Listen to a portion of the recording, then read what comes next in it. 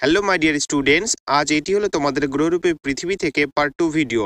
এর আগের ভিডিওতে আমি তোমাদের এই চ্যাপ্টারের অনুশীলনী থেকে বিভাগ ক এবং বিভাগ খ এর সমস্ত প্রশ্নের উত্তর করিয়ে দিয়েছিলাম। সেই ভিডিওটি তোমরা যারা দেখোনি তারা এই ভিডিওর ডেসক্রিপশনে সেই ভিডিওর লিঙ্ক দেওয়া রয়েছে, সেখান থেকে দেখে নিও। আজ আমি বিভাগ গতে যতগুলি প্রশ্ন রয়েছে সব প্রশ্নের উত্তর করিয়ে দিব, তাই তোমরা অবশ্যই প্রথম থেকে শেষ অবধি পুরো ভিডিওটি মনোযোগ সহকারে দেখবে।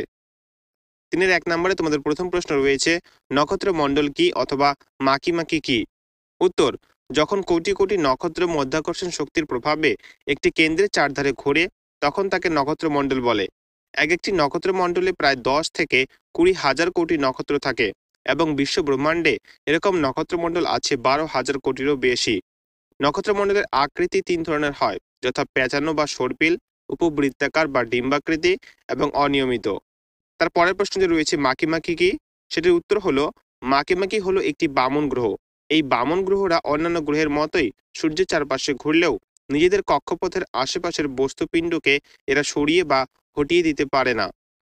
2 নম্বর প্রশ্ন, সৌরজগৎ কাকে বলে অথবা সৌরজগতের গ্রহগুলির আকৃতি বড় থেকে ছোট অনুসারে নাম লেখো। উত্তর, সূর্য সহ মোট 8টি গ্রহ, এদের বিভিন্ন উপগ্রহ, 5টি বামন গ্রহ, অসংখ্য গ্রহাণু, ধূমকেতু প্রভৃতি সূর্যের চারদিকে অনবরত প্রদক্ষিণ করে চলেছে। সূর্য সহ এইসব গ্রহ, উপগ্রহ, বামন গ্রহ, গ্রহাণু, ধূমকেতু প্রভৃতিকে একসঙ্গে সৌরজগৎ বা সৌর পরিবার বলা হয়। তারপর অথবা দিয়ে যে প্রশ্নটি রয়েছে, সৌরজগতের গ্রহগুলির আকৃতি বড় থেকে ছোট অনুসারে লেখো, সেটির উত্তর হলো সৌরজগতের গ্রহগুলির আকৃতি বড় থেকে ছোট অনুসারে নাম হলো বৃহস্পতি, শনি, ইউরেনাস, নেপচুন, পৃথিবী, শুক্র, মঙ্গল, বুধ। 3 নম্বর প্রশ্ন, দেখো এটি তোমাদের প্রশ্ন ছিল আকৃতির প্রাচীন ধারণা কি ছিল, কিন্তু অ্যাকচুয়ালি আমি মনে করি এখানে আকৃতির আগে পৃথিবীর কথাটি অবশ্যই অ্যাড হবে, তাই আমি পৃথিবীর কথাটি এখানে ব্র্যাকেটে লিখে রেখেছি। পৃথিবীর আকৃতির প্রাচীন ধারণা কি ছিল অথবা দিগন্ত রেখা কি? প্রথম প্রশ্ন উত্তরটি দেখে নাও। পৃথিবীর আকৃতির প্রাচীন ধারণা, প্রাচীনকালে অধিকাংশ মানুষ মনে করত পৃথিবী চ্যাপ্টা এবং টেবিলের মতো এর একটা প্রান্ত ও সীমা আছে, যেখান থেকে এক পা বাড়ালেই কোথায় গিয়ে যে পড়বে তা জানা নেই। তারপর 2 নম্বর প্রশ্নের উত্তর, দিগন্ত রেখা। দেখো আমি যেভাবে এখানে পয়েন্ট করেছি তোমরা পয়েন্ট করবে। সমুদ্রের ধারে বা কোনো ফাঁকা জায়গায় দাঁড়িয়ে চারিদিকে তাকালে মনে হয় আকাশ ও ভূমি যেন একটি বৃত্তরেখায় মিশেছে। এই বৃত্তরেখাকে দিগন্ত রেখা বলে। ভূপৃষ্ঠ থেকে যত উপরে উঠা যায় দিগন্ত রেখার বিস্তৃতিও তত বাড়ে। 4 নম্বর প্রশ্ন, অভিজ্ঞতা গোলক বলতে কি বোঝো? অথবা দিয়ে রয়েছে জিওর কথার অর্থ কি?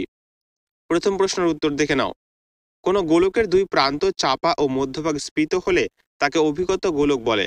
পৃথিবীর উত্তর মেরু ও দক্ষিণ মেরু প্রান্তদ্বয় একটু চাপা এবং মধ্যভাগ অর্থাৎ নিরক্ষীয় অঞ্চল একটু স্ফীত, তাই পৃথিবীকে অভিগত গোলক বলা হয়।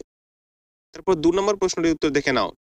গ্রিক শব্দ জিও সমান সমান পৃথিবী এবং এইডস সমান সমান দেখা বা দর্শন থেকে ইংরেজিতে জিওর কথাটির উৎপত্তি হয়েছে, তাই জিওর কথার অর্থ পৃথিবীর মতো দেখতে বা পৃথিবীর সদৃশ। 5 নম্বর প্রশ্ন, কুইপার বেল্ট ও উরুট ক্লাউড কোথায় দেখা যায় অথবা জিপিএস কি? প্রথম প্রশ্ন উত্তরটি দেখে নাও। প্লুটো ছাড়িয়ে আরও অনেক দূরে সৌরজগতের হিমশীতল প্রান্তটিকে বলে কুইপার বেল্ট এবং আরও পরে শেষ প্রান্তের নাম উরুট ক্লাউড। তারপর জিপিএস কি, এর উত্তরটি তোমরা দেখে নাও। এটি তোমাদের কিন্তু অত্যন্ত গুরুত্বপূর্ণ একটি প্রশ্ন, অবশ্যই তোমরা খুব ভালো করে এটি করে নেবে। জিপিএস জিপিএস হলো একটি কৃত্রিম উপগ্রহ ভিত্তিক যোগাযোগ ব্যবস্থা, যার সাহায্যে যে কোনো আবহাওয়াতে পৃথিবীর যে কোনো জায়গার অবস্থান নির্ণয়, সময় নির্ণয়, এছাড়াও জল, স্থল ও আকাশের নানা ধরনের তথ্য এবং কোনো স্থানের অক্ষাংশ, দ্রাঘিমাংশ ও উচ্চতা নিখুঁতভাবে নির্ণয় করা যায়। এর পুরো কথাটি হলো global positioning system. My dear students, তোমাদের একটা কথা জানিয়ে দিই, এই চ্যানেলে কিন্তু আমি তোমাদের ক্লাস 6 থেকে 10 অবধি অঙ্ক আর ইংরেজি বাদ দিয়ে প্রত্যেকটি সাবজেক্টের চ্যাপ্টার ওয়াইজ নোটস, অনুশীলনী প্রশ্ন উত্তর এবং পরীক্ষার জন্য সাজেশন প্রশ্ন উত্তরের ভিডিও আপলোড করে থাকি। তাই তোমরা যারা এখনো এই চ্যানেলটি সাবস্ক্রাইব করোনি তারা এখনই সাবস্ক্রাইব করে পাশে থাকা বেল আইকন নোটিফিকেশন থেকে অল বাটনটি সেট করে নিও, যাতে পরবর্তী ভিডিও নোটিফিকেশন ভিডিও আপলোড করা মাত্রই পেয়ে যাও। ওকে, এবার তোমরা 6 নম্বর প্রশ্নটি দেখে নাও। আকাশগঙ্গা কি? অথবা দিয়ে রয়েছে IRNSS কি?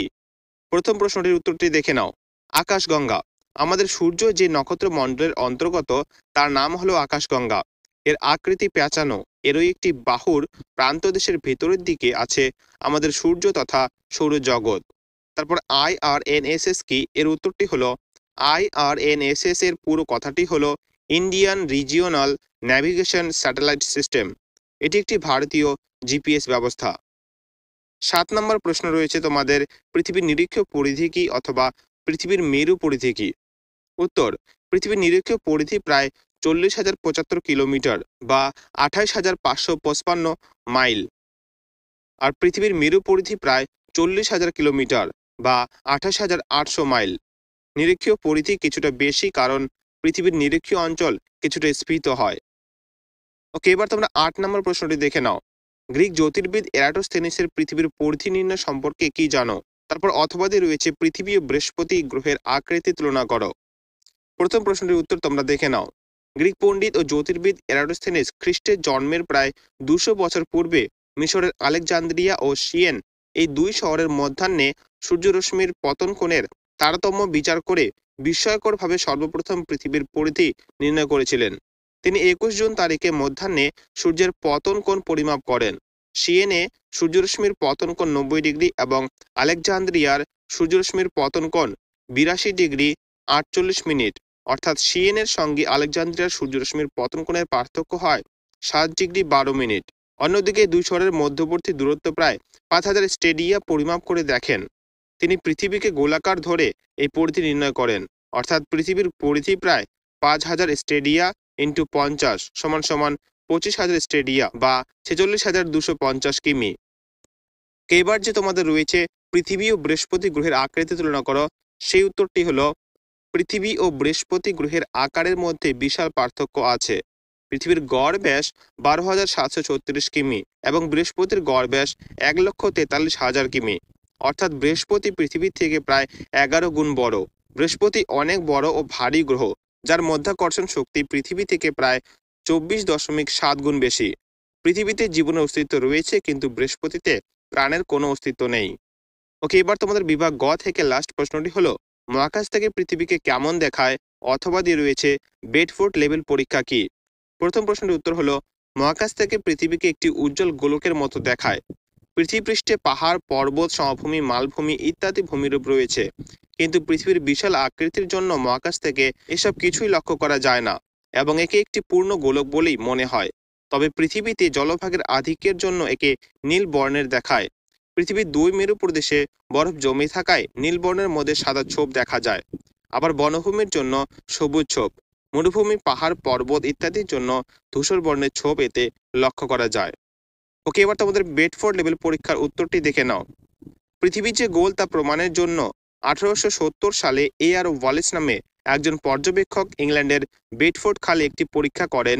তিনি এই খালে 1 কিমি দূরে দূরে 3টি খুঁটি একই সরলরেখায় এমনভাবে ভাসিয়ে রাখেন যাতে খুঁটি 3টির জলের উপরের অংশের দৈর্ঘ্য সমান থাকে।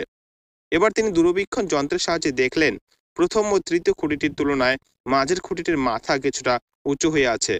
পৃথিবী গোল বলে মাঝের খুঁটিটির উচ্চতা বেশি মনে হয়। পৃথিবী সমতল হলে 3টি খুঁটির মাথা একই সমতলে দেখা যেত। এটি বেডফোর্ড লেভেল পরীক্ষা নামে পরিচিত। মাই ডিয়ার স্টুডেন্টস, তোমাদের এই বেডফোর্ড লেভেল পরীক্ষাটিও অত্যন্ত গুরুত্বপূর্ণ। তোমাদের পরীক্ষায় এই প্রশ্নটি কিন্তু আসে, তাই অবশ্যই তোমরা খুব ভালো করে নিবে। ওকে মাই ডিয়ার স্টুডেন্টস, এই ছিল তোমাদের পার্ট 2 ভিডিও। এরপরে পার্ট 3 ভিডিওতে আমি তোমাদের বাকি প্রশ্নগুলোর উত্তর করিয়ে দিব। তাই তোমরা কিন্তু অবশ্যই চ্যানেলটি সাবস্ক্রাইব করে পাশে থাকা বেল আইকন নোটিফিকেশন থেকে অল বাটনটি সেট করে নিও।